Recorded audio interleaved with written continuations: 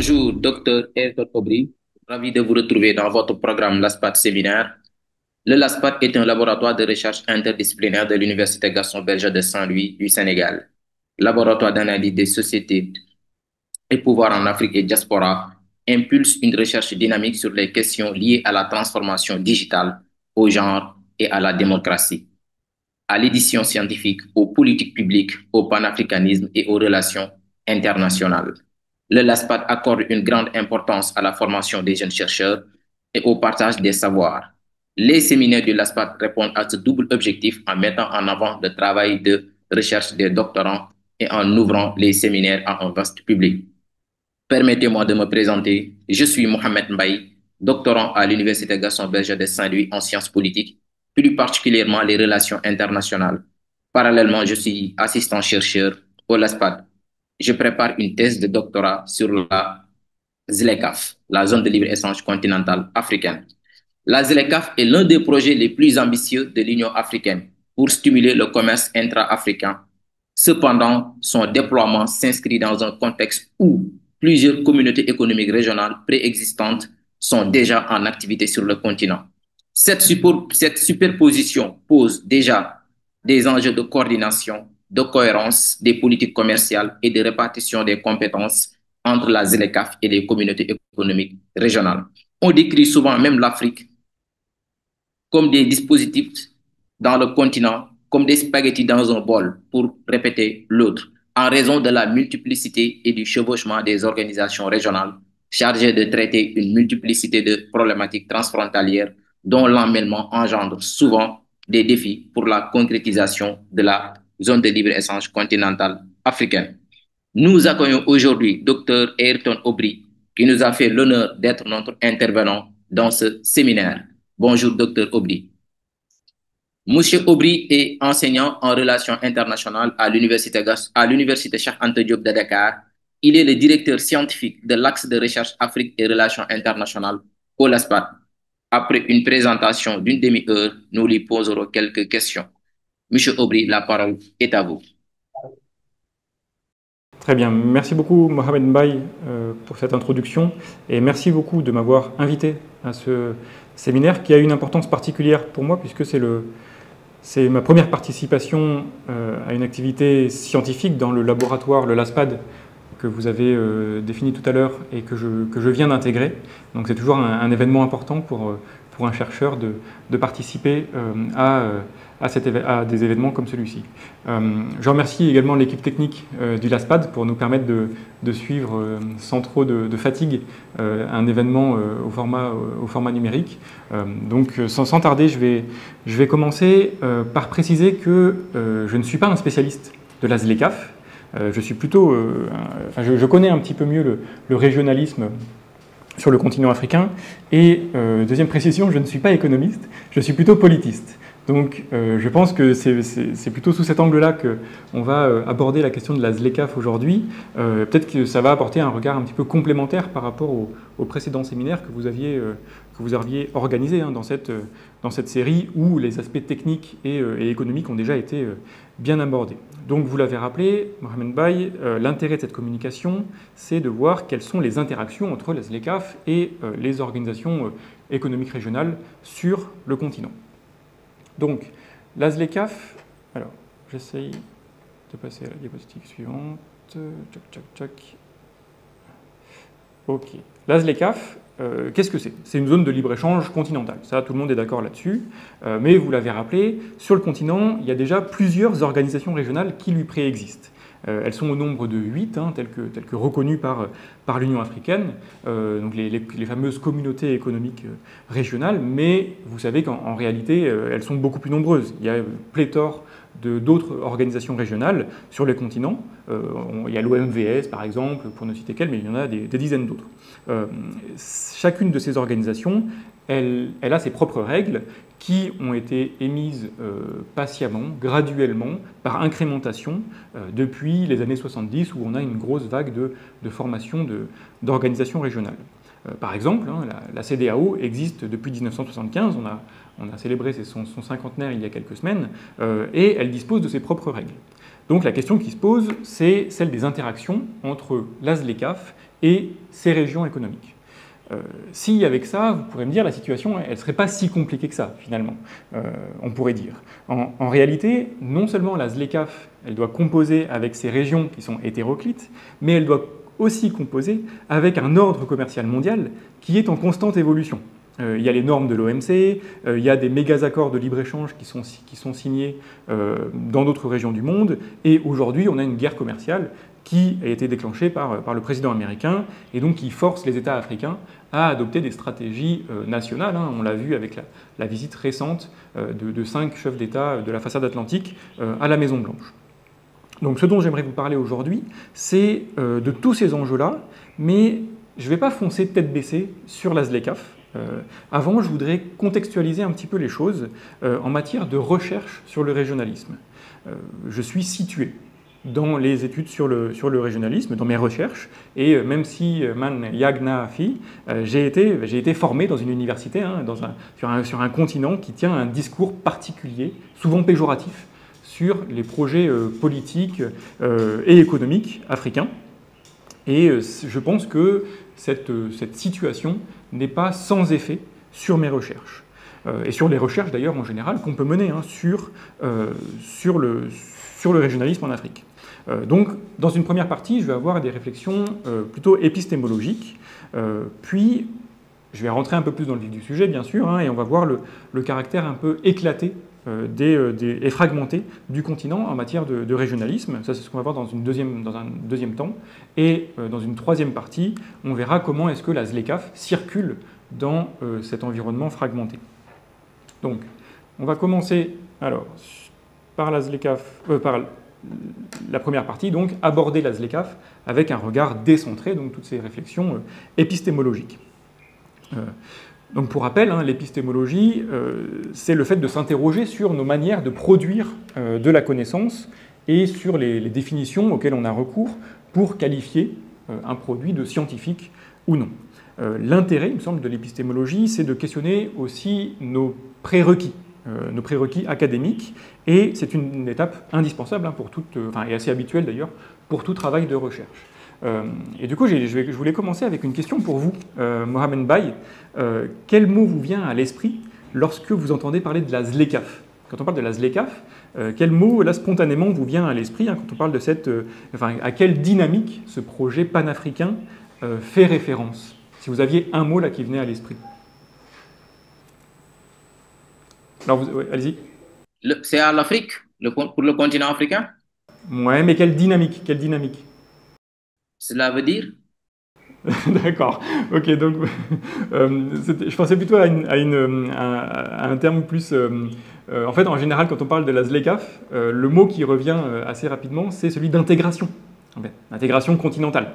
Donc effectivement, c'est effectivement une dynamique africaine continentale et qui représente l'avenir. On se projette jusqu'en 2063, mais le mot qui revient, c'est celui d'intégration.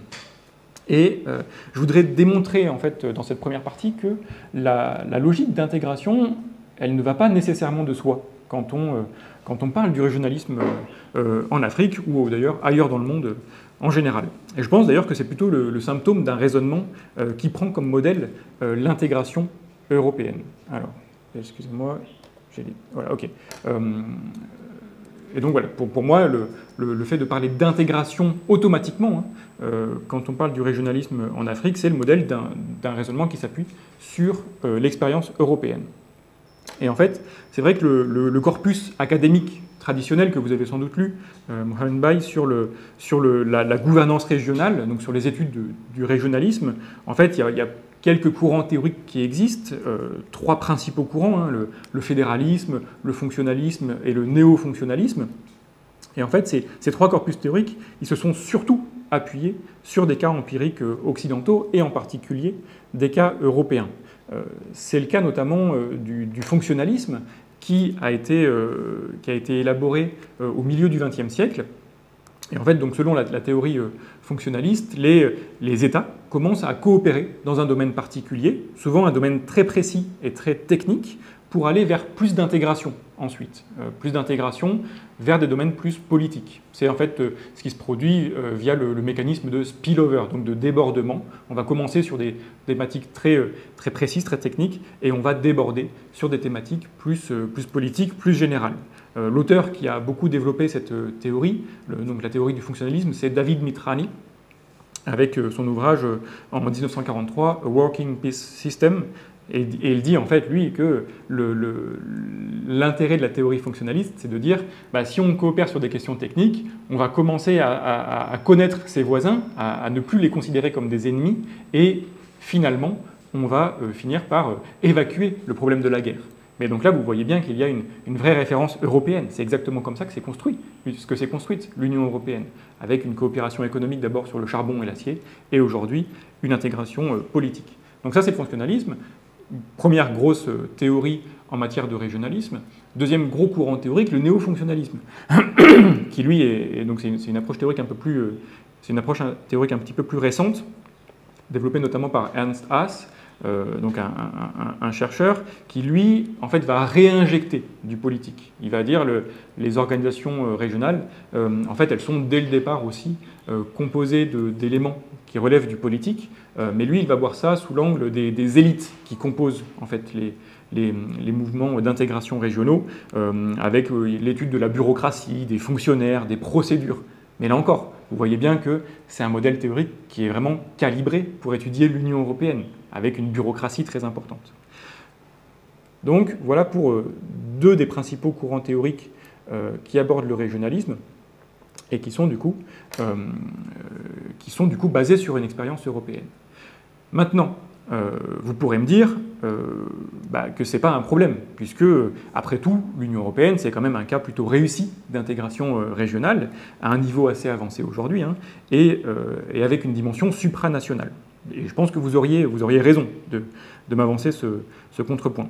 Le problème, à mon sens, il vient lorsqu'on commence à regarder les autres projets régionaux, et que si on les regarde à cette aune théorique, on risque de les considérer comme incomplets, puisque bien sûr qu'ils n'arriveront jamais au niveau théorique de l'Union européenne, puisque ces théories sont basées sur les cas empiriques européens. Et donc dans ce cas, il y a une forte chance pour qu'on regarde ces projets comme étant incomplets, comme étant des dérivés de l'Union européenne ou comme étant une étrangeté. Et c'est ce qui explique, là je vous ai mis quelques exemples sur cette diapositive, c'est ce qui explique qu'on a souvent un regard un peu sceptique sur les mécanismes régionaux africains et on va insister sur ces problèmes, sur ce qui ne fonctionne pas, sur les facteurs de déstabilisation en fait, dans les unions régionales, comme les conflits, la pauvreté, l'instabilité. Voilà. Donc c'est tout ça qui me semble un peu problématique sur le plan théorique. Or, donc ça c'était sur le plan théorique. Maintenant, sur le plan empirique, pourtant, les manifestations du régionalisme, elles sont très nombreuses dans l'histoire. Elles dépassent les cas européens, les cas d'intégration fonctionnaliste européenne. Le régionalisme, il peut être l'expression de plusieurs choses. Ça peut être l'expression d'une identité culturelle, comme le panafricanisme par exemple, ou le panaméricanisme. Ça peut être aussi une plateforme de lutte politique. Donc, dans le cas de l'organisation de l'unité africaine, c'était ça par exemple. C'était d'abord un projet politique de lutte contre les régimes dominés par des minorités blanches en Afrique australe et aussi d'atteinte d'achèvement de la décolonisation sur le reste du continent, en particulier vis-à-vis des colonies portugaises. Ça peut être aussi, donc le régionalisme, ça peut être aussi une forme de promotion du développement économique. Là, alors c'est le cas de l'Union européenne, bien sûr, mais c'est aussi le cas justement des communautés économiques régionales en Afrique. Je vous donne l'exemple de la Southern African Development Community, la SADC, qui existe jusqu'à présent, qui a été créée dans les années 80-90. Donc voilà, c'est aussi d'autres objectifs, et également l'objectif de prévention des conflits. Je vous rappelle que dans la Charte des Nations Unies, le chapitre 8, qui est consacré au régionalisme, il a été promu, il a été proposé par les États d'Amérique latine, en fait. Et à la base, d'ailleurs, les États-Unis étaient plutôt opposés à ce chapitre 8. Donc là, on a aussi une forme de régionalisme comme moyen de prévention des conflits. Donc, dans la pratique, le régionalisme, c'est un phénomène qui n'est pas seulement européen. Il dépasse largement cet espace géographique. Très bien. Donc, de ces observations empiriques, il me semble, et je m'appuie sur les travaux d'un chercheur qui s'appelle Amitav Acharya, qui est aussi un grand spécialiste du régionalisme, il me semble qu'on peut dire qu'on peut distinguer deux formes de projets politiques liés au régionalisme. Donc le premier, c'est l'intégration, dont j'ai parlé tout à l'heure, qu'on le retrouve pour l'Union européenne. Mais il y a aussi, avec les autres exemples que j'ai mentionnés, eh bien, une autre forme de projet qui relève, je pense, qui ne relève pas de l'intégration, mais qui relève plutôt de l'autonomie des membres des organisations régionales, qui relève de la préservation de leur souveraineté, comme une forme de résilience face aux interventions extérieures. Voilà. Et donc ça, il me semble que c'est un autre cadre analytique qu'on peut garder en tête, et ce sont les réflexions épistémologiques, je pense, là qu'on vient d'avoir, qui peuvent mettre ça en lumière. Et donc ce passage-là, un petit peu long sur l'épistémologie, c'est une forme, je pense que c'est une manière pour nous de nous immuniser en fait, face aux lectures normatives qu'on peut avoir quand on va regarder l'ASLECAF. Et du coup, peut-être qu'on peut considérer l'ASLECAF non comme un mécanisme exclusivement d'intégration, mais aussi comme un mécanisme qui sert à préserver l'autonomie et la souveraineté du continent en général ou des membres ou des États membres de l'Union africaine.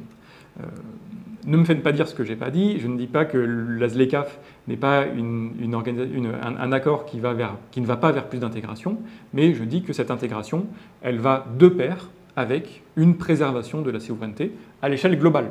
En fait, vous voyez par exemple qu'une des modalités de l'ASLECAF, c'est d'harmoniser les positions continentales en amont des négociations commerciales, notamment à l'OMC. Donc c'est un moyen aussi de protection du continent vis-à-vis de l'extérieur. Donc j'en arrive un peu plus précisément à l'ASLECAF, dans une deuxième partie. Là, je vous ai mis une diapositive volontairement compliquée à lire, et je ne vous demande pas de la déchiffrer, mais juste pour vous montrer le caractère éclaté du régionalisme en Afrique. Là, vous avez un schéma en fait, qui représente l'interconnexion entre différentes communautés régionales en Afrique, sur le plan économique, mais aussi sur le plan politique. On a certaines organisations liées à la sécurité. Mais juste pour vous montrer qu'il y a une densité très forte d'organisations sur le continent. Une autre carte aussi, qui est un petit peu moins brouillonne, mais qui vous montre, qui transmet cette même idée de superposition en fait, des organisations régionales, telles que vous le rappeliez, Mohamed Baye, au début de ce séminaire. Donc, dans cette deuxième partie, sur un paysage continental fragmenté, ce que je veux vous montrer, c'est que la ZLECAF intervient dans des dynamiques qui sont contradictoires. En fait, le régionalisme en Afrique, il est caractérisé par des mouvements qu'on appelle par le haut et des mouvements par le bas. Mais il y a une domination des mouvements par le bas dans les organisations régionales en Afrique, tout simplement parce qu'il y a de très forts liens transnationaux entre les populations du coup, qui enjambent les frontières. Et ce qui se ressent, notamment par exemple sur la CEDEAO, vous avez l'importance du fait pour les populations de pouvoir circuler d'un pays à l'autre, puisqu'il y a des liens très très forts transfrontaliers. Et donc, on a aussi des organisations régionales qui sont extrêmement diverses. Là, je vous en ai mis deux exemples, l'OMVS pour le Sénégal, l'UEMOA aussi, donc qui sont des organisations monétaires, avec la CEMAC, par exemple. Et toutes ces organisations, elles sont concernées, d'une manière ou d'une autre, par la ZLECAF. Donc la ZLECAF, alors je vais peut-être revenir sur des éléments qui ont déjà été abordés dans d'autres séminaires, mais quelques rappels historiques. C'est donc un accord de libre-échange qui a été signé en mars 2018 pour la première fois par 44 États du continent, à Kigali. C'était l'endroit où c'est au Rwanda qu'a été signé cet accord de mise en place de la ZLECAF. Donc on était en mars 2018. Aujourd'hui, tous les États africains ont signé cet accord, à l'exception de l'Érythrée. Et c'est en avril 2019 que le seuil de 22 ratifications a été atteint. Le Sénégal a ratifié la ZLECAf, a ratifié l'accord de la ZLECAf au début du mois d'avril, le 2 avril 2019, donc un petit peu en amont de cette ratification. Donc je pense qu'il y avait un mouvement général de ratification à ce moment-là. Avec un sommet extraordinaire qui lui est consacré en juillet 2019, la ZLECAf entre dans une phase opérationnelle, et c'est aussi à ce moment-là que de grosses puissances comme le Nigeria ont aussi intégré cet accord de libre-échange. Le Nigeria a mis du temps avant d'intégrer la ZLECAf. Et donc aujourd'hui, on a 47 États qui ont ratifié la ZLECAf. Donc je le disais tout à l'heure, tous les États du continent, à l'exception de l'Érythrée, ont signé, mais il manque encore quelques États qui n'ont pas ratifié. Donc juste en préparant cette intervention, j'ai regardé où en étaient les ratifications. Il manque encore le Bénin, la Libye, Madagascar, Mozambique, la Somalie, le Soudan et le Soudan du Sud, sans parler bien sûr de l'Érythrée. Donc vous voyez que dans la ZLECAf, il y a plusieurs tendances différentes. Tous les États n'avancent pas à la même vitesse. Et oui, une dernière date aussi que j'avais, alors je reviens, excusez-moi, une dernière date que j'avais mentionnée, c'est que, en fait, avec la Covid, le lancement de la ZLECAf a pris un petit peu de retard. Et finalement, le 1er janvier 2021, les premières marchandises sous régime ZLECAf ont été échangées. Donc, en réalité, aujourd'hui, l'application de la ZLECAf, elle est très variable à l'ensemble du continent. La zone de libre-échange, elle n'est pas du tout appliquée de la même manière de partout. Ça dépend en fait des logiques régionales, nationales que les pays adoptent. Les pays qui sont le plus avancés dans la ZLECAf, ce sont les pays qui ont signé la GTI, la Guided Trade Initiative. C'était au départ, c'était une dizaine d'États. Donc je les ai relevés, ce sont l'Algérie, le Cameroun, l'Égypte, le Ghana, le Kenya, Maurice, Nigeria, le Rwanda, l'Afrique du Sud, la Tanzanie, la Tunisie et l'Ouganda. Donc je suis passé rapidement là-dessus, mais en fait, certains de ces pays sont représentés sur cette carte, qui est tirée d'un des rapports de la GTI. Et je trouve que ces 10 pays sont très intéressants, puisque il y a deux informations qu'on peut retenir. D'abord, c'est que ce sont 10 pays qui font partie des économies les plus avancées du continent. Sur ces 10 pays, il y en a 6 qui sont parmi les premières économies africaines. Donc ça, c'est un premier enseignement qu'on peut tirer. Et un deuxième enseignement, c'est que ces États sont répartis de manière très éclatée sur le continent. Si vous voyez sur la carte là, que vous avez dans la diapositive, on a donc l'Égypte, l'Afrique du Sud, etc. Ça veut dire, pour nous, enfin, ce qui est intéressant pour nous, c'est que, eh bien, on a mécaniquement plusieurs organisations régionales qui sont concernées. Donc ça veut dire que les États qui sont en avance dans la mise en place de la ZLECAf appartiennent à des organisations régionales différentes. Donc c'est plutôt de bon augure pour ce qui concerne la coordination régionale. Aujourd'hui, sur cette Guided Trade Initiative, on a de nouveaux États qui l'ont rejoint. J'avais noté que 23 États ont rejoint cette initiative, dont le Sénégal désormais. Donc on a quand même une dynamique qui se met en place. On a aujourd'hui une trentaine d'États qui participent d'une mise en place avancée de la ZLECAf. Très bien. Se pose maintenant la question, quand on parle d'une zone de libre-échange, là je suis toujours dans cette partie sur la fragmentation du continent, se pose la question, quand on parle d'une zone de libre-échange, des différences économiques entre les pays. Là je vous ai proposé une carte alors qui peut surprendre dans un premier temps. C'est une carte qu'on appelle par anamorphose, qui représente les États du continent déformés en fonction de leur PIB par habitant.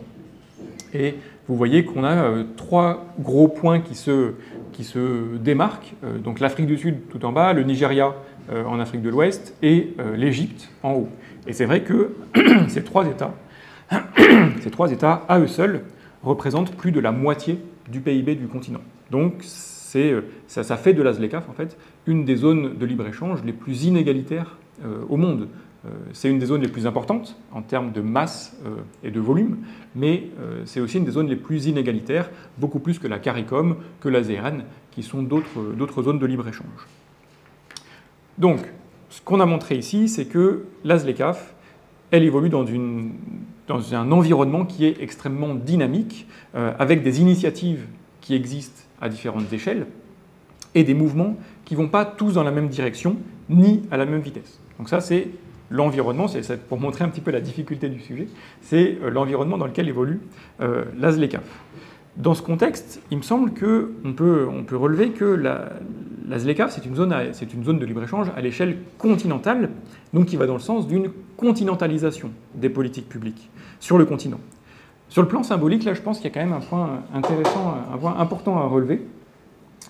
C'est que ça voudrait dire en fait que ce sont les approches gradualistes finalement du panafricanisme qui finissent par l'emporter. Les approches gradualistes, notamment portées par Senghor dans les années 60, ça voudrait dire que, eh bien, après la mise en place des communautés économiques régionales, eh bien, l'Union africaine s'appuie sur ces communautés économiques pour mettre en place une zone de libre-échange à l'échelle continentale. Et d'ailleurs, les origines de la ZLECAf, elles remontent aux années 80 aussi, avec le traité d'Abuja à ce moment-là, qui prévoyait une zone de libre-échange qui s'appuierait sur les communautés économiques régionales. Et donc j'en viens à ma troisième partie, qui vise à comprendre comment est-ce que les autorités continentales, comment est-ce que les administrateurs de la ZLECAf circulent dans ce paysage. Et en fait, le point de départ pour moi de cette partie, c'est le logo de la ZLECAf que je trouve très intéressant. Et là, je l'ai mis en perspective aussi avec la couverture d'un rapport de la Banque mondiale. Ce logo qui est donc qui représente plusieurs pièces, qui représente le continent africain, agencé par différentes pièces d'un puzzle. Et je trouve que c'est exactement ça, en fait, l'esprit de la ZLECAf en matière de coopération avec les organisations régionales. C'est que la ZLECAf, en fait, s'appuie sur ces organisations régionales.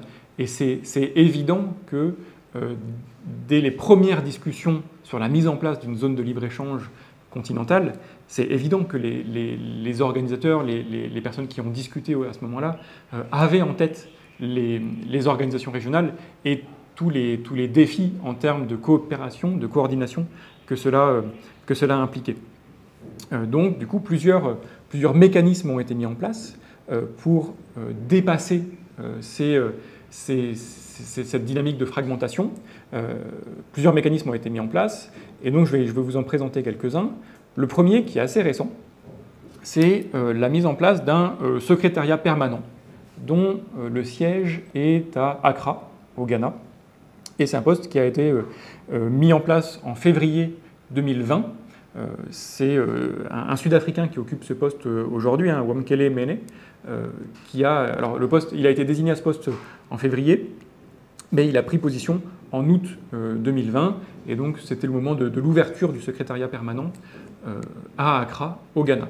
Pourquoi un secrétariat permanent, c'est important pour une organisation internationale? Parce que, en fait, c'est l'institution qui fait le lien entre tous les organes d'une organisation ou d'un traité comme celui de la ZLECAf. Avec un secrétariat permanent, on a désormais un numéro de téléphone pour la ZLECAf, un interlocuteur qui facilite la gestion des problèmes de coordination. Donc ça, c'est un premier mécanisme qui a été mis en place. Et d'ailleurs, le secrétariat aussi produit une documentation qui vise à informer, à accompagner les États dans la mise en place de la ZLECAf. Autre élément, les interactions entre la ZLECAf et l'Union africaine, elles sont précisées dans l'agenda 2063 de l'Union africaine, qui pilote les principales réformes qui vont être les principales réformes structurelles qui se préparent aujourd'hui sur le continent. Et on a plusieurs références à la libre circulation des personnes dans l'agenda 2063. Je vous ai mis quelques extraits ici. Donc on a l'unité politique de l'Afrique sera l'aboutissement du processus d'intégration, notamment la libre circulation des personnes. Donc ça apparaît dans l'agenda 2063. Autre citation tirée directement de l'agenda, l'Afrique sera un continent dans lequel la libre circulation des personnes, des capitaux, des biens et des services entraîneront la croissance des échanges et des investissements dans les pays africains à des niveaux sans précédent et consolideront la place de l'Afrique dans le commerce mondial. Donc là, vous voyez, on a aussi l'élément que je rappelais tout à l'heure, hein, de protection du continent vis-à-vis des acteurs extérieurs. Donc ça, c'est un deuxième exemple. Et enfin, une troisième citation tirée de l'agenda 2063, cette fois du point H de l'agenda 2063, qui dit que donc la ZLECAf consiste à accélérer, enfin que l'agenda veut accélérer la mise en œuvre de la zone de libre-échange continentale, programme visant à multiplier par 2 le commerce intra-africain, à renforcer la position commune et l'espace politique de l'Afrique dans les négociations commerciales internationales et à établir des institutions financières dans les délais impartis. Et là, on a du coup vraiment cette double dimension d'intégration économique et de souveraineté aussi. Donc on a, je pense que ce sont des éléments à souligner.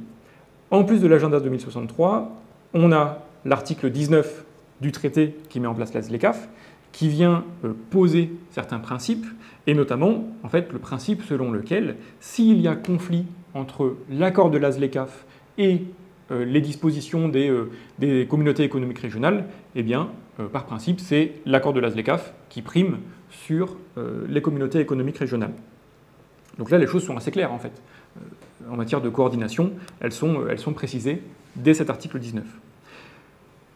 Concernant les tiraillements de la ZLECAf, que je mentionnais dans la deuxième partie, à propos de la différence entre les États, et la peur, en fait, ce qui revient souvent dans les discussions sur la ZLECAf, c'est la peur pour les petits États de se faire absorber par les géants économiques comme l'Égypte ou le Nigeria. Là aussi, il y a des dispositifs qui ont été prévus, et notamment des mécanismes de compensation aussi, dans le cas où des mécanismes qui peuvent être activés dans le cas où le territoire se retrouverait submergé par l'importation de produits économiques venus de pays beaucoup plus importants économiquement. Donc il y a des mécanismes qui existent.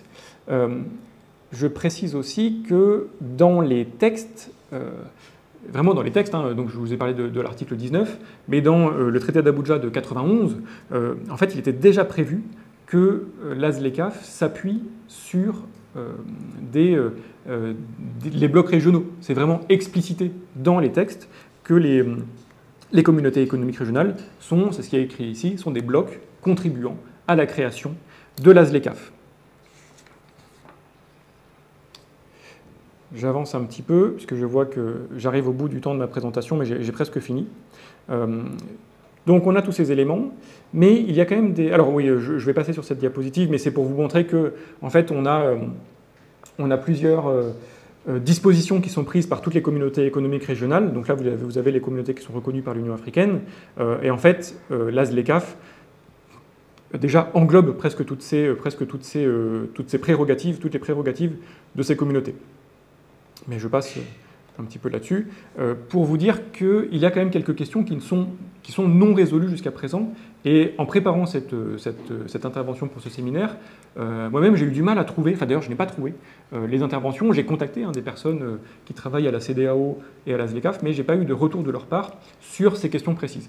Donc je pense qu'il y a aussi des non-dits dans la ZLECAf. La première qui concerne la question du prélèvement communautaire. Vous savez que la CEDEAO, le budget de la CEDEAO, en fait, vient d'un prélèvement communautaire, qui est donc une taxe qui est prélevée par la CEDEAO pour les marchandises qui entrent dans la région. Sauf que du coup, la ZLECAf va, en principe, abolir cette barrière douanière, et donc ça va certes faciliter les échanges, mais ça va aussi priver la CEDEAO d'un budget, d'une part très importante de son budget. Je crois que le budget de la CEDEAO s'élève à 400 millions de dollars. C'est un budget qui est conséquent, puisque la CEDEAO finance des opérations militaires, elle a un parlement, enfin c'est une organisation qui est très, très volumineuse. Et donc ce qui m'intéressait en préparant ce séminaire, c'était de savoir comment est-ce que la CEDEAO allait s'adapter face à cette nouvelle situation. Je n'ai pas trouvé l'information. Donc je pense qu'il y a aussi des questions qui sont non résolues à ce jour. Une deuxième question, c'est celle bien sûr des États de l'AES qui se sont retirés de la CEDEAO.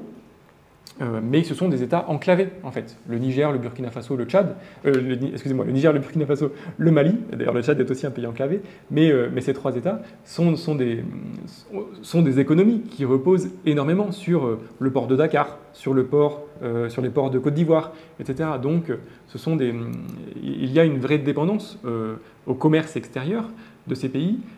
Pourtant, ils se sont retirés de la CEDEAO.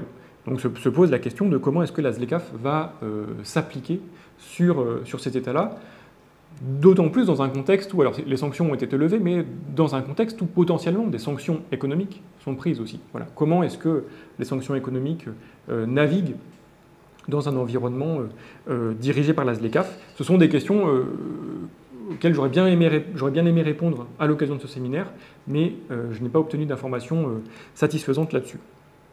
Je vais passer sur la question. Ah, juste, excusez-moi, je suis revenu hop, au début. Alors, je reviens. Tac, tac, tac. Je vais passer sur la question des infrastructures pour gagner un petit peu de temps. Et j'arrive directement à la conclusion. En fait, je pense qu'on peut dire qu'il y a bien des pressions régionales sur la mise en place de la ZLECAf. Il y a effectivement des défis liés à la coordination entre les régions. Mais ces défis sont prévus, je pense, par les organisateurs de la ZLECAf. Je pense que le risque le plus important pour la zone de libre-échange, en fait, il ne vient pas forcément de l'intérieur de la zone de libre-échange, il vient beaucoup plus de l'extérieur et des pressions exercées par le haut. Et je pense notamment soit à l'Union européenne, soit aux États-Unis. L'Union européenne, dans un premier temps, parce que cette entité économique cherche à faire entrer des produits dans la ZLECAf pour qu'ils bénéficient du régime ZLECAf sans du coup régler les barrières tarifaires. Et l'autre problème vient des États-Unis avec la guerre commerciale menée par Donald Trump qui oblige les États à négocier individuellement en fait avec lui. Et donc, si on a des négociations individuelles, ça rend beaucoup plus compliqué l'application des accords de libre-échange, si on a des relations préférentielles avec un État. Je rappelle que la guerre commerciale lancée par le président américain contrevient à toutes les règles de l'OMC, alors que les zones de libre-échange, comme la ZLECAf, sont validées en fait, par l'OMC. Il y a des dérogations qui sont accordées par l'organisation pour qu'il y ait des règles préférentielles entre les membres de la ZLECAf. Et donc, ce sont toutes ces règles qui risquent de voler en éclats avec le contexte actuel. Dernier point peut-être sur l'importance du leadership politique du coup, dans la survie de la ZLECAf ou tout simplement dans la mise en place de la ZLECAf. Je l'ai dit tout à l'heure, hein, l'accord de 2018 a été signé à Kigali. Le Rwanda a eu un moment un rôle moteur dans la mise en place de la ZLECAf. Là, vous avez une image du sommet de Kigali en 2018.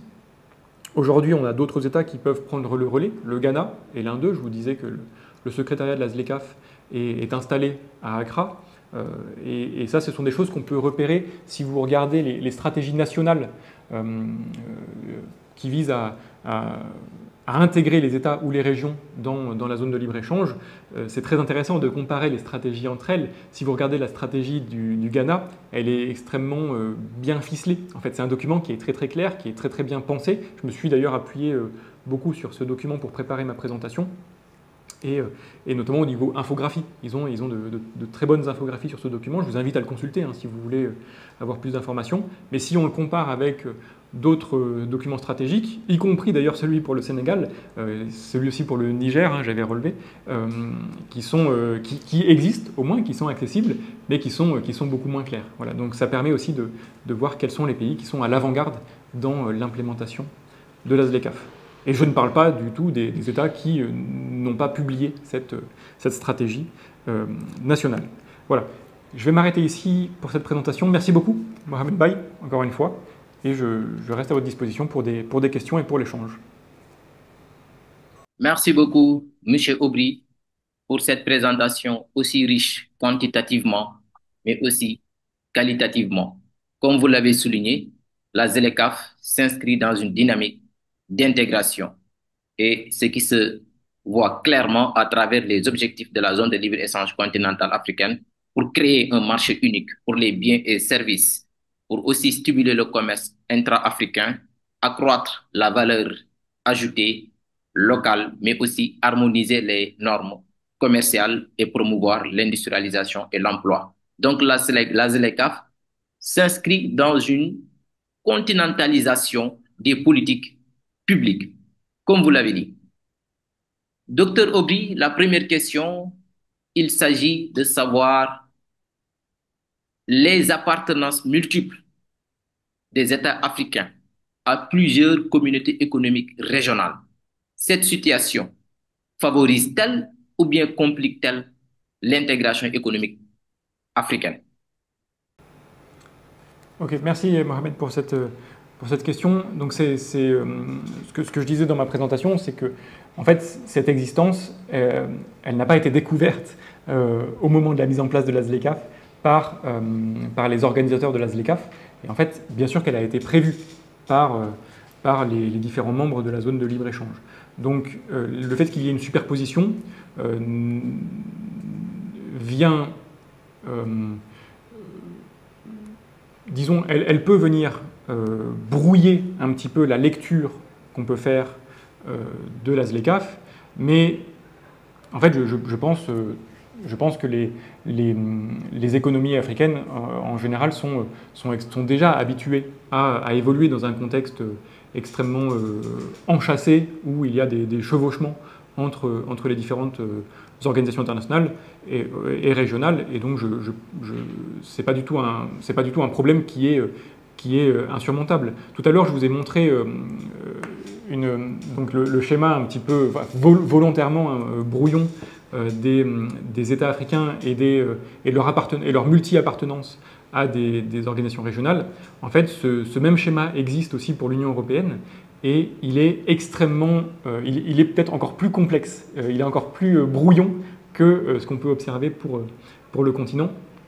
Et, et pourtant, personne ne pose la question pour l'Union européenne, est-ce que cette multi-appartenance rend difficile l'intégration économique européenne?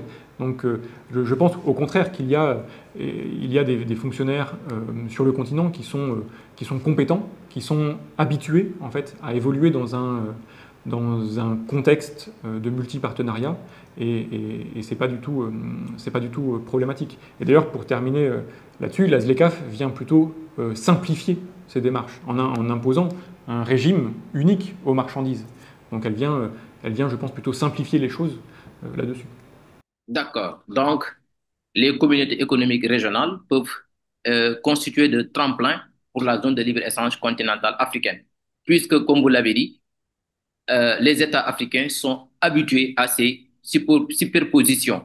Et cela se comprend si nous prenons le cas du Sénégal, qui, où il existe des chevauchements juridiques et institutionnels d'appartenance à plusieurs communautés économiques régionales, comme l'exemple du Sénégal d'appartenir de la CEDEAO, mais en même temps de l'UEMOA. Tout à fait.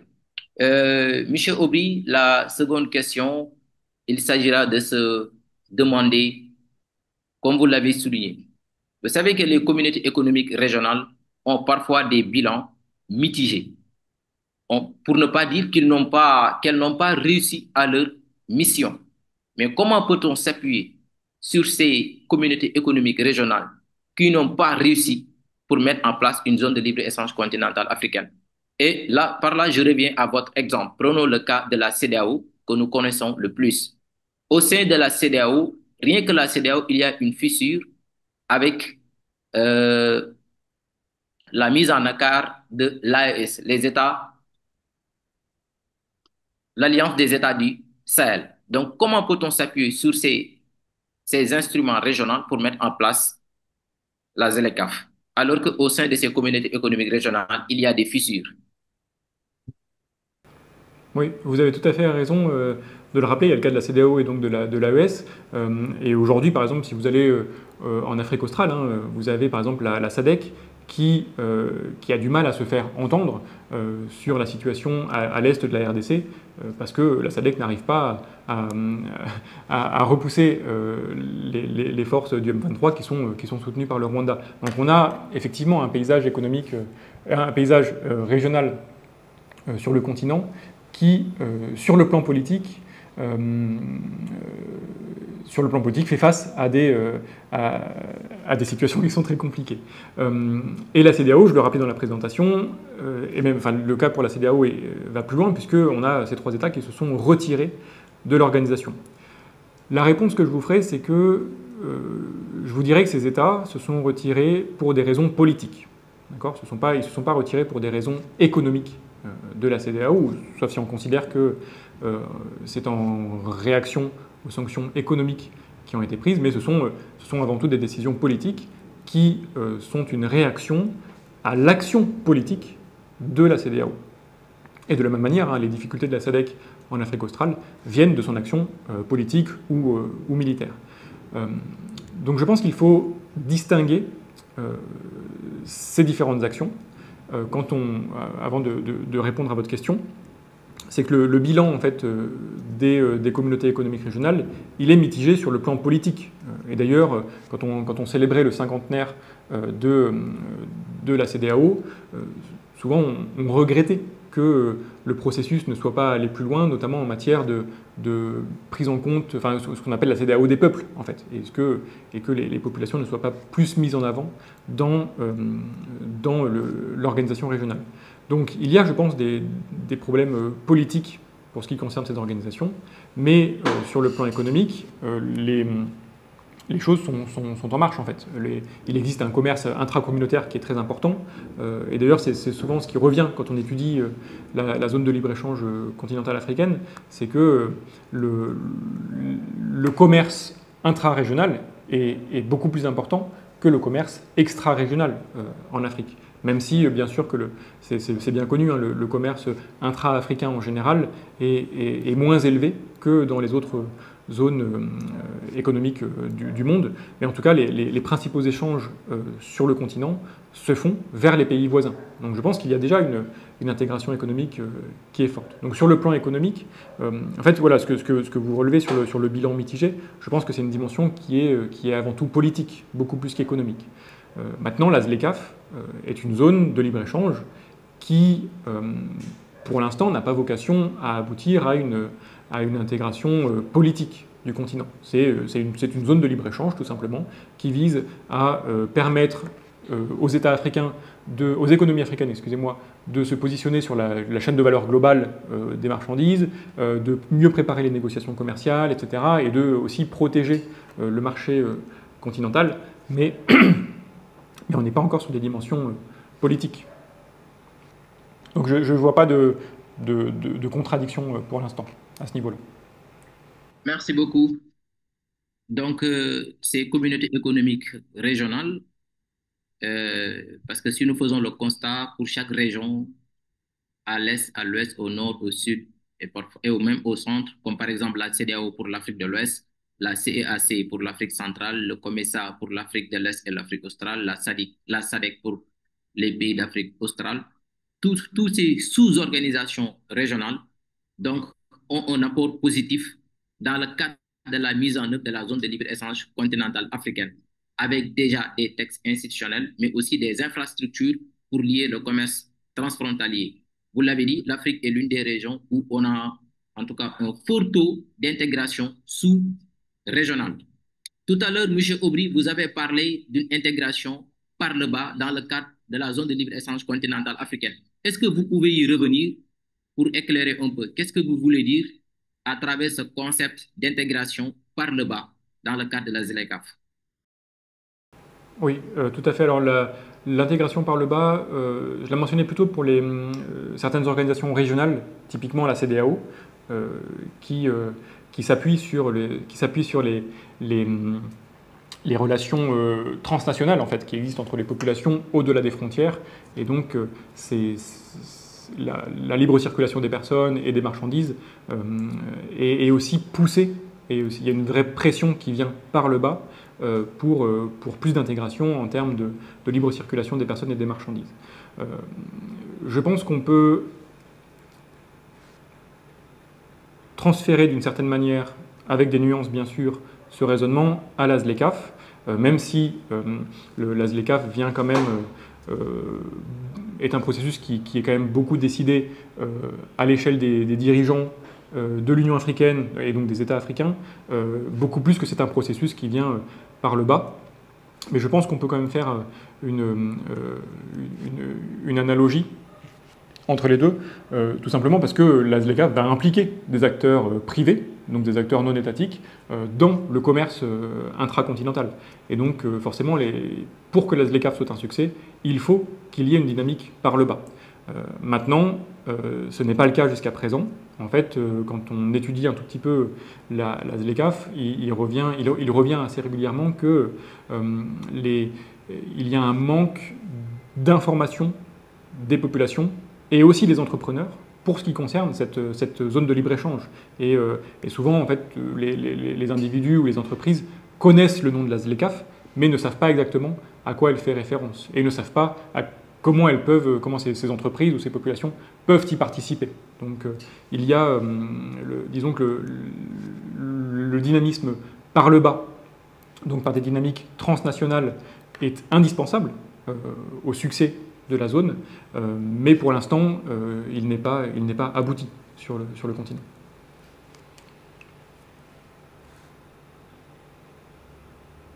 Et je rajoute un point, Mohamed Mbaye, merci beaucoup, sur un point que je n'ai pas mentionné dans mon intervention, mais pour ce qui concerne par exemple les infrastructures, c'est une des problématiques aujourd'hui qui est importante pour la ZLECAf. Les infrastructures, donc les fameux corridors par exemple entre Dakar et Abidjan ou entre Dakar et le Maroc, ces infrastructures, elles sont demandées par les populations qui échangent d'un pays à l'autre, mais jusqu'à présent, en fait, ces corridors, ils sont mis en place par des dynamiques qui sont extrêmement top-down, donc du coup par le haut, et par des dynamiques politiques. Ce qui s'est passé par exemple entre la Gambie et le Sénégal, le pont de Farafenni, il a fallu, donc le pont était bloqué pendant plusieurs années, et il a fallu une dynamique politique entre 2016 et 2017 pour que finalement il aboutisse. Mais depuis des dizaines d'années, les populations réclamaient ce pont. La même chose pour le pont de Rosso entre le Sénégal et la Mauritanie. Donc on a encore une disjonction, je pense, entre les dynamiques par le bas et l'intégration de ces demandes dans la zone de libre-échange. Merci beaucoup, vraiment, Monsieur Aubry. Donc, en tout cas, pour un succès d'une zone de libre-échange continentale africaine, il faut une intégration par le bas, c'est-à-dire d'intégrer les sociétés africaines à travers la libre circulation, mais aussi la mise en place d'infrastructures pour lier les États africains. Mais cette intégration par là-bas fait défaut pour une raison de déficit de communication. Est-ce que le déficit, c'est un déficit de communication? Parce que je vous rejoins quand vous parlez que en tout cas, les entreprises sénégalaises ou bien plusieurs entreprises africaines, peut-être ils entendent la ZLECAf, mais seulement par le nom. Mais ils ne savent pas qu'est-ce que cela signifie et qu'est-ce que cela pourrait leur apporter positivement dans le cadre de leur politique commerciale à l'échelle continentale. Donc, que faut-il sur le plan de la communication pour intégrer par le bas la société africaine? Surtout aussi le secteur privé, parce que quand on parle d'intégration commerciale, c'est le secteur privé qui font du commerce. Donc votre question, c'est qu'est-ce qui manque en termes de communication, c'est bien ça? Oui. En fait, c'est une question... c'est un petit peu la question de l'œuf ou de la poule, c'est-à-dire que pour que les populations soient beaucoup plus au courant de la ZLECAf, il faut que le commerce labellisé par la ZLECAf soit déjà beaucoup plus volumineux et que dans notre quotidien, on puisse avoir accès à des produits qui sont échangés sous le régime de la ZLECAf, ce qui est pas le cas aujourd'hui. Mais c'est vrai que dès lors qu'on aura de manière beaucoup plus systématique dans nos boutiques des produits labellisés ZLECAf,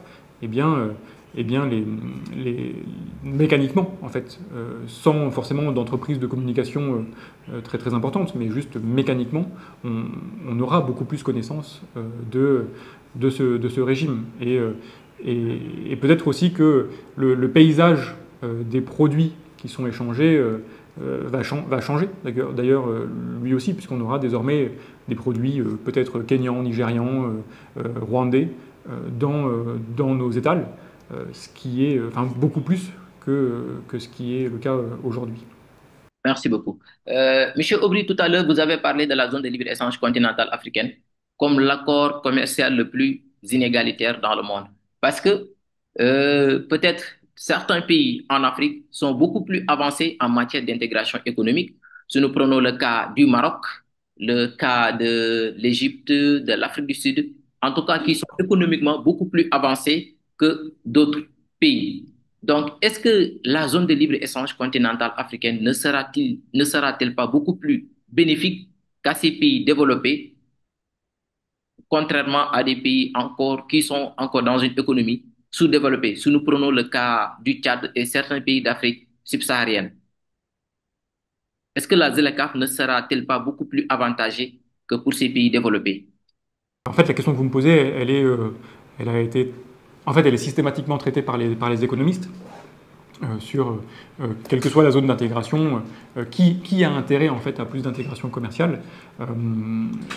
Là-dessus, alors moi, comme je vous le disais, moi je ne suis pas économiste, mais les éléments que je retiens en étudiant un petit peu ce qui peut se passer pour la ZLECAf, c'est que déjà dans un premier temps, je vous le disais, le Nigeria est arrivé un petit peu à reculons dans cette zone de libre-échange. Donc ça veut dire que lui-même, donc mastodonte économique, n'est pas sûr d'avoir tout à gagner dans cette zone de libre-échange. Deuxième point, c'est que peut-être que les économies enclavées ont justement beaucoup à gagner en principe avec plus d'intégration commerciale, notamment par l'accès à des ports type Dakar ou Abidjan. Donc je pense qu'il y a un vrai intérêt pour les économies enclavées. Pour ce qui concerne les plus petites économies qui sont aussi portuaires, je pense au Bénin ou au Togo, c'est là où peut-être interviendront les mécanismes de compensation. Je lisais récemment, alors j'ai pas fait le lien avec la ZLECAf, mais je lisais récemment que sur le Bénin qui repose en partie sur l'économie du coton, le Bénin avait pris des mesures justement pour industrialiser aussi cette économie. Donc souvent dans les analyses plutôt en termes de libre-échange, on va considérer que cette compétition entre acteurs africains va permettre aussi d'accélérer, de donner un coup de fouet en fait à la production des pays, des plus petits pays en termes économiques, et donc notamment en termes d'industrialisation des économies. Effectivement, effectivement. Merci beaucoup. Donc, juste pour dire à la communauté que vous pouvez participer à ce séminaire en posant des questions ou bien apporter des suggestions par le chat. Et par là, je m'en vais pour lire la question de Patrick Ferras qui demande, Monsieur Aubry, est-ce que les communautés économiques régionales ont-elles vocation à disparaître lorsque la ZLECAf sera pleinement opérationnelle et acceptée par tous les États? Donc merci pour cette question. Les communautés économiques n'ont pas vocation à disparaître. Hein, en fait, la mosaïque, j'ai coupé le partage d'écran, mais la mosaïque que je vous présentais tout à l'heure, donc la carte du continent avec les différentes pièces du puzzle, en fait, elle restera bariolée de cette manière, tout simplement parce que les communautés économiques régionales sont bien plus que des simples, entre guillemets, zones de libre-échange. Elles ont beaucoup d'autres missions. On a un parlement régional au niveau de la CEDEAO, par exemple. Donc ce sont des institutions qui dépassent la simple zone de libre-échange, et donc ces institutions vont perdurer.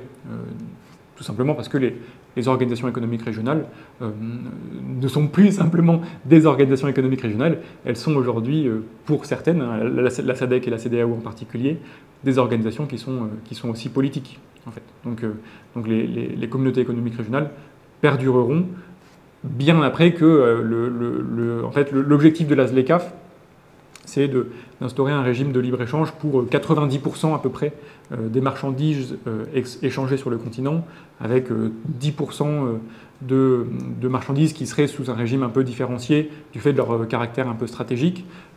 Mais en fait, les communautés économiques régionales vont bien au-delà de ces considérations commerciales, en fait. Donc elles perdureront, bien sûr.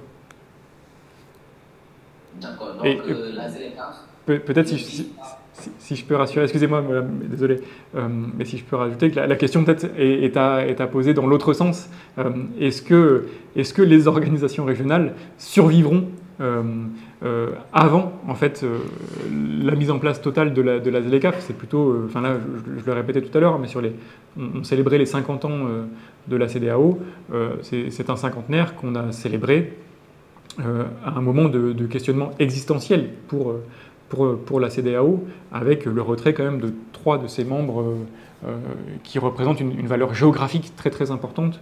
Et donc la question a été posée hein, de la survie de la CEDEAO. Donc la question n'est pas tant est-ce que les communautés économiques régionales survivront au-delà de la mise en place de la ZLECAf, mais est-ce qu'elles survivront avant que la ZLECAf soit mise en place. Merci beaucoup. Et ça, c'est une question, en tout cas, qui mérite de d'élucider. Parce que même si la ZLECAf ne vise pas à remplacer les communautés économiques régionales, mais dans un cadre continental, la ZLECAf vise à les intégrer.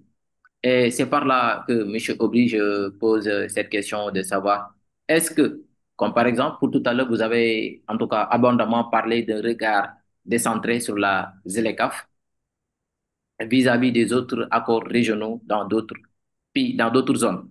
Mais est-ce que, comme par exemple actuellement, dans le cadre des accords de partenariat économique, ou bien pour le cas des États-Unis, l'AGOA, est-ce que ces pays, ou bien l'Union européenne, qu'est-ce qu'il a comme intérêt au sein de la ZLECAf? Oui, effectivement, c'est une question qui est très intéressante. Donc, il fait plutôt référence d'ailleurs à l'autre. Je vous disais que la ZLECAf en fait était prise entre des dynamiques régionales et des dynamiques d'ordre mondial. Donc là, vous faites plutôt référence à l'autre versant euh, de ces dynamiques. Euh, et en fait, les États-Unis et l'Union européenne ont intérêt par leurs accords à intégrer cette zone de libre-échange, donc avec mettons, un accord particulier avec le Sénégal, par exemple, pour faire rentrer les marchandises dans la zone de libre-échange avec le label SLECAF. Et une fois qu'on a ce visa en fait, pour les marchandises SLECAF, eh bien, la marchandise peut circuler librement sur le continent sans payer de droits de douane. Donc c'est tout l'intérêt en fait pour les autres puissances économiques mondiales, UE, États-Unis, de se rapprocher de la ZLECAf de cette manière-là. En fait. Donc c'est ça qui est, c'est un des enjeux importants. Vous avez, comme documentation là-dessus, vous avez un document qui a été produit par ENDA au Sénégal, qui pose les questions en fait des enjeux pour la CEDEAO, des enjeux de la ZLECAf pour la CEDEAO, qui revient en longueur sur les accords de partenariat de l'Union européenne vis-à-vis des États africains et qui insiste un peu plus, qui va un peu plus dans le détail et sur des points techniques sur cette question-là. Donc oui, c'est une vraie question et il y a un vrai enjeu ici de ne pas, enfin c'est la question en fait que vous avez sans doute traité dans les autres séminaires, mais des règles d'origine. Et il faut être très très clair là-dessus pour ne pas que des marchandises rentrent sur le continent, bénéficient du visa ZLECAf, mais sans payer de tarifs douaniers, et circulent ensuite à l'ensemble du continent. Parce que là, on aura, enfin, un des intérêts de la ZLECAf va disparaître. Et par rapport à l'AGOA aussi que vous avez rappelé, alors je n'ai pas vérifié dans les derniers jours, mais l'AGOA lui-même, donc cet accord sur en fait, qui permet à certaines marchandises africaines d'intégrer le marché américain, états-unien à des tarifs préférentiels, cet accord va être réétudié par l'administration Trump et donc il est possible que les règles de l'AGOA changent et que d'ailleurs l'AGOA finisse par tomber en désuétude aussi. Oui, effectivement. Merci beaucoup, Monsieur Aubry. Là, je vais poser une question. La ZLECAf, est-ce que va-t-elle nuire aux communautés économiques régionales? Parce que si nous prenons le cas de la CEDEAO, en tout cas, qui finance, qui a son budget de fonctionnement, mais aussi qui finance dans le cadre de règlement des conflits, à travers le prélèvement, comme vous l'avez cité. Mais Mhm. aussi, c'est dans le cadre d'autres organisations régionales comme la SADC et le CAC, eux aussi qui, leurs ressources proviennent des prélèvements tarifaires ou bien des prélèvements douaniers, alors que la ZLECAf elle-même vise à supprimer les tarifs douaniers. Est-ce que cette divergence de politique, est-ce que ne va-t-elle pas nuire les communautés économiques régionales? Oui, effectivement, c'est une des questions que je soulevais dans ma présentation. Mais pour ce qui concerne la CEDEAO, que je connais un tout petit peu mieux que les autres régions du continent, la question, en tout cas, soit est résolue, mais la résolution n'est pas publiée, soit la question n'est pas résolue, en fait, tout simplement par la ZLECAf. Alors j'ai essayé de me procurer le document, la stratégie CEDEAO pour la ZLECAf sans pouvoir l'obtenir encore, puisque, comme je vous le disais, moi je ne suis pas spécialiste de la ZLECAf, donc je n'ai pas de réseau sur lequel je peux m'appuyer qui sont très efficaces pour avoir des informations très rapidement, très concrètes dessus. Mais je pense que, enfin, très certainement, cette question doit être abordée dans la stratégie CEDEAO pour la ZLECAf. Donc si vous intéresse, c'est un document qu'il faudra consulter. Mais en tout cas, c'est une question que je me pose. Je ne sais pas, je sais pas comment la CEDEAO va se financer si elle doit mettre fin à ce tarif. Il y a peut-être deux suppositions qu'on peut faire. La première, c'est que s'il y a une taxe à l'échelle continentale, eh bien, les ressources dégagées vont être redistribuées aux... les ressources donc récupérées vont être redistribuées à certaines communautés économiques régionales pour compenser cette perte. Ça, c'est la première hypothèse. Et la deuxième, qui revient plutôt pour expliquer comment les États membres de la ZLECAf ne vont pas être si perdants que ça, puisque les États aussi vont devoir renoncer à des barrières tarifaires. Souvent, ce qui revient, c'est que mécaniquement, l'accroissement des échanges commerciaux va compenser les pertes des tarifs douaniers à l'échelle nationale. Donc peut-être que le même argument peut être proposé pour les communautés économiques régionales. Voilà, ce sont deux hypothèses, mais qui ne sont que des hypothèses, quoi, qui ne sont pas du tout des réponses définitives sur cette question. D'accord. Donc, pour revenir à la question d'Alucey sur le chat qui demande les disparités économiques et manque d'harmonisation ne sont-ils pas des freins pour la ZLECAf? Oui, bah là aussi c'est un enjeu dont on a un petit peu discuté, mais comme pour toutes les zones de libre-échange ou les organisations économiques, en fait ce qui va se passer et qui se produit actuellement, c'est qu'on va avoir plusieurs vitesses. C'est pas grave ça se fait pas au détriment de la stabilité de la ZLECAf, c'est tout à fait normal, mais il va y avoir plusieurs vitesses qui vont se mettre en place. Tout à l'heure, je vous parlais de la Guided Trade Initiative. En fait, à la base, donc, ce sont 10 États qui se sont mis d'accord pour avancer plus vite dans la ZLECAf, mais tout en restant dans le domaine de la ZLECAf. Donc il ne s'agit pas d'aller plus loin que ce que propose de faire la ZLECAf.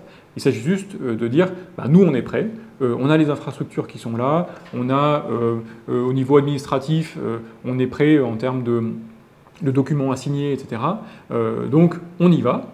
Et comme ça, bah, ça permet d'identifier immédiatement les problèmes très concrets qui vont se poser lorsque on va envoyer du thé depuis le Rwanda jusqu'au Nigeria, par exemple, ou jusqu'au Ghana. Et donc ça permet en fait de paver le chemin pour les États suivants, pour leur faciliter aussi le chemin.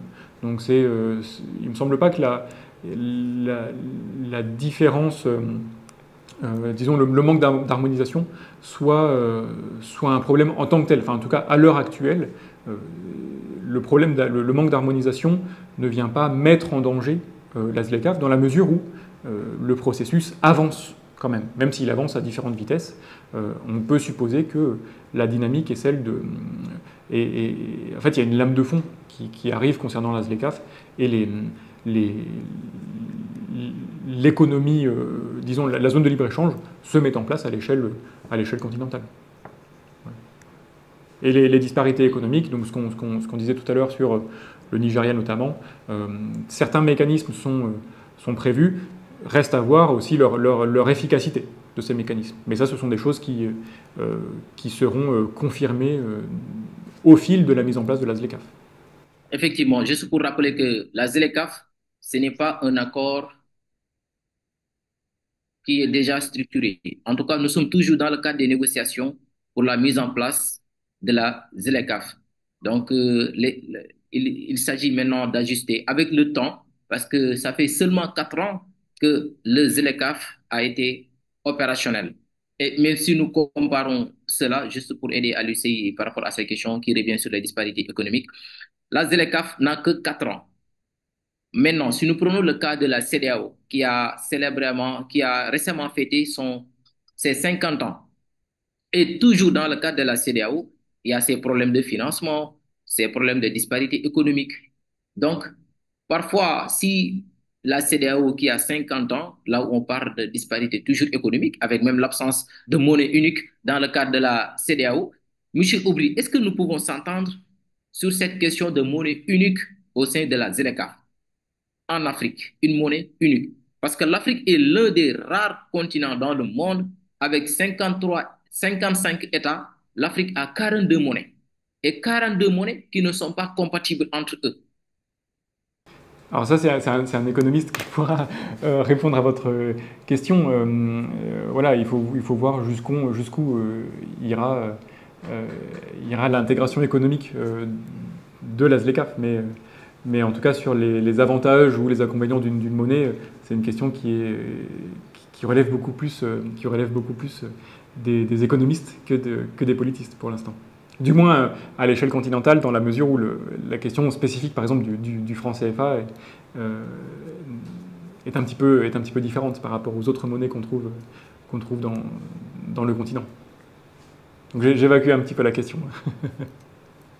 D'accord, là nous allons la question de Mamadou Mbodj Ndiaye qui demande, au regard du contexte mondial marqué par un protectionnisme économique et une guerre commerciale, les pays africains n'ont-ils pas intérêt à accélérer la mise en œuvre de la zone de libre-échange continentale africaine?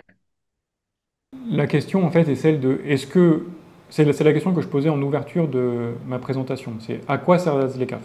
Est-ce qu'on va vers plus d'intégration ou est-ce qu'on va vers plus de souveraineté ou de protection vis-à-vis de l'extérieur? De quel type de régionalisme on parle? Sachant que les deux ne sont pas contradictoires, bien sûr. Mais il me semble que si on est dans une dynamique qui relève du deuxième type de projet que je mentionnais, donc de protection vis-à-vis de l'extérieur, dans ce cas, bien sûr que les pays africains ont intérêt à accélérer la mise en place de la ZLECAf. Mais le problème, c'est que là, les dynamiques qui sont imposées de l'extérieur vont vraiment dans le sens inverse. Je vous le disais, les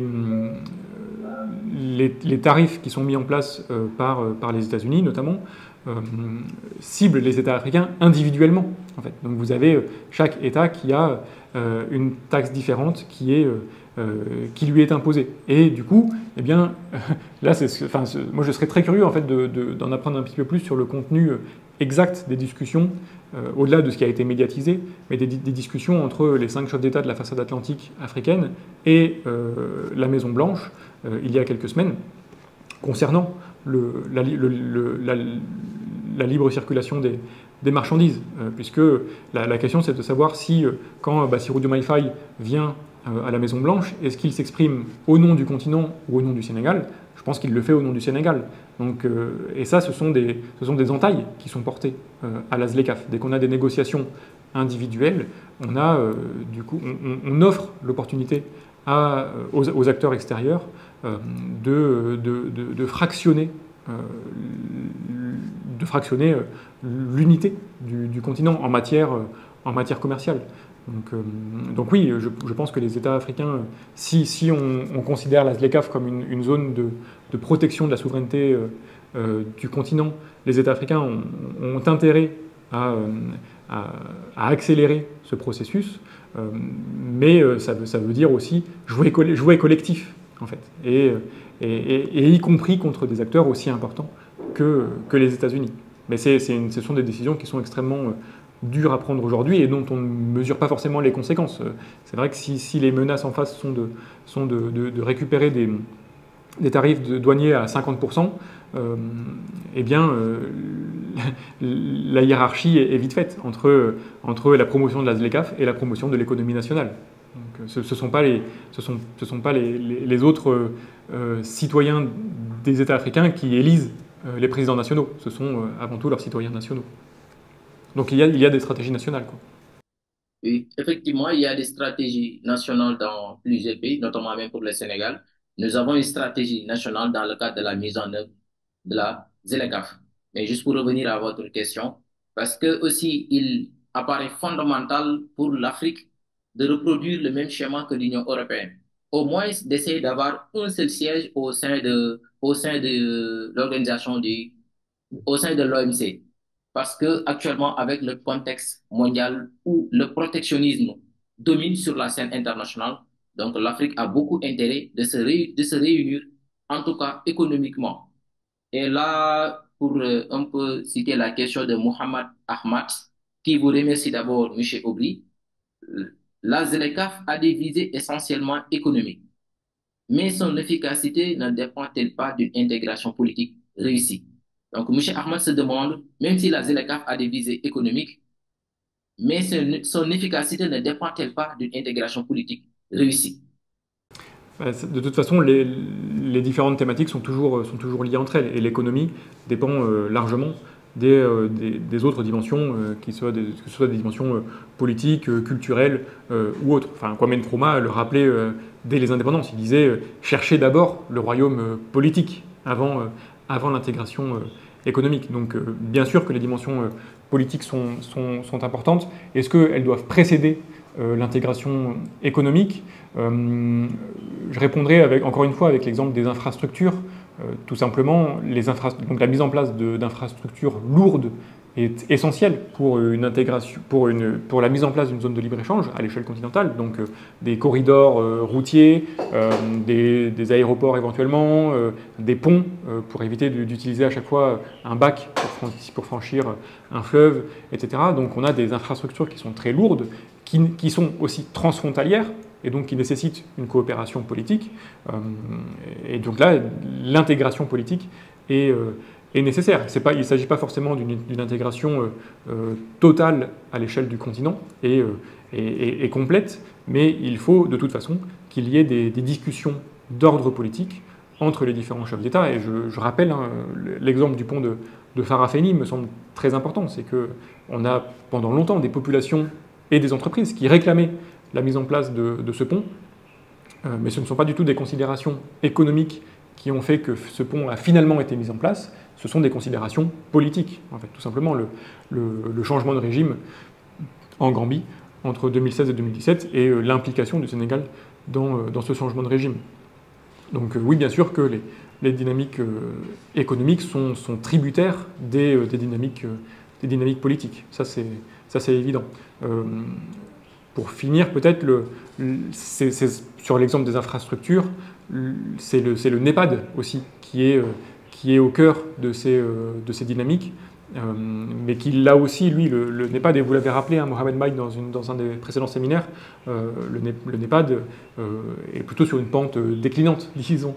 Donc c'est vrai qu'il faut, et je terminais aussi moi-même ma présentation là-dessus, il faut un leadership politique dans la mise en place d'une zone de libre-échange, quelle qu'elle soit. Donc la question, c'est quels acteurs peuvent jouer ce rôle.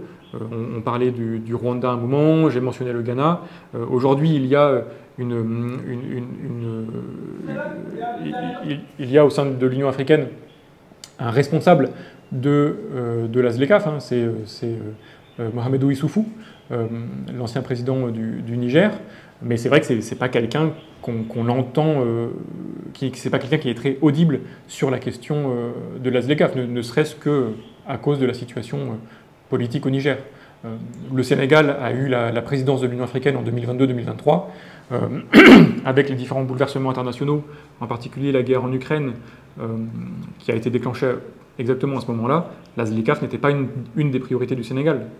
Le Sénégal a obtenu plusieurs avancées pour le continent, comme l'obtention d'un siège au G20 pour l'Union africaine, mais la ZLECAf n'était pas une des priorités du Sénégal. Donc oui, la question politique est très importante pour l'intégration commerciale.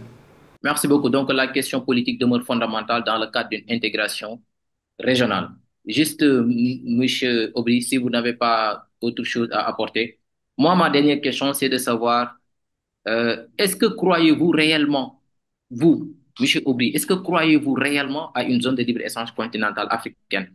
En tout cas, cela départ de 1981 avec la mise en place du traité d'Abuja. Vous l'avez parlé au début de votre présentation. Vu tous les efforts consentis jusqu'à aujourd'hui, avec en passant par la mise en place des communautés économiques régionales, aujourd'hui, l'Afrique a lancé la zone de libre-échange continentale africaine dans le cadre de l'agenda 2063. Donc, l'Afrique se fixe comme objectif, en tout cas d'ici 2063, d'une intégration continentale. Est-ce que vous, Monsieur Aubry, vous avez espoir par rapport à cette politique africaine? Bon, il faut voir comment les choses vont se mettre en place. En tout cas, les bases de la ZLECAf sont posées. Il faut aussi interroger ces objectifs. Il me semble que l'objectif qui revient le plus, c'est de dynamiser le commerce intracontinental, parce que souvent on fait la comparaison, hein, on dit que le commerce intracontinental ne représente que 16% du commerce en Afrique. Donc ça veut dire que tout le reste des marchandises sont échangées en dehors du continent, alors que ce chiffre est bien plus élevé pour toutes les autres régions du monde.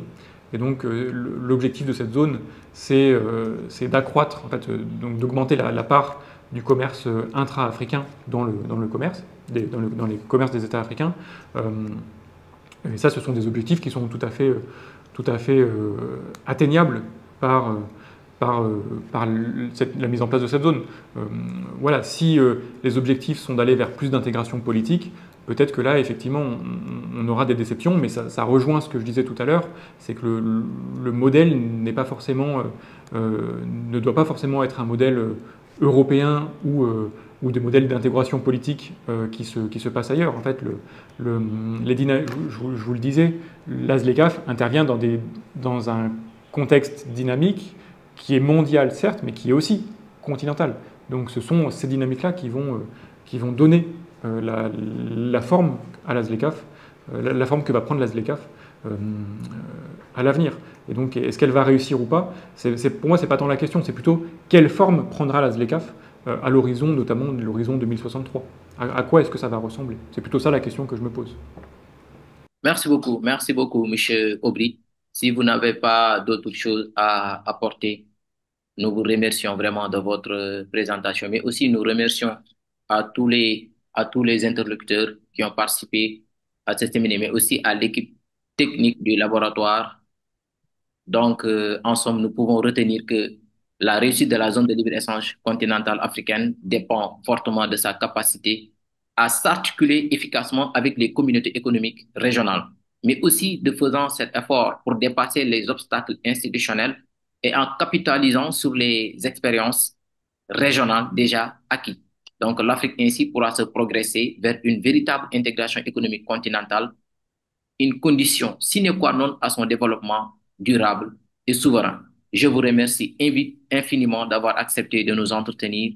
Merci à vous. Je vous donne rendez-vous à très bientôt. Merci. Merci beaucoup.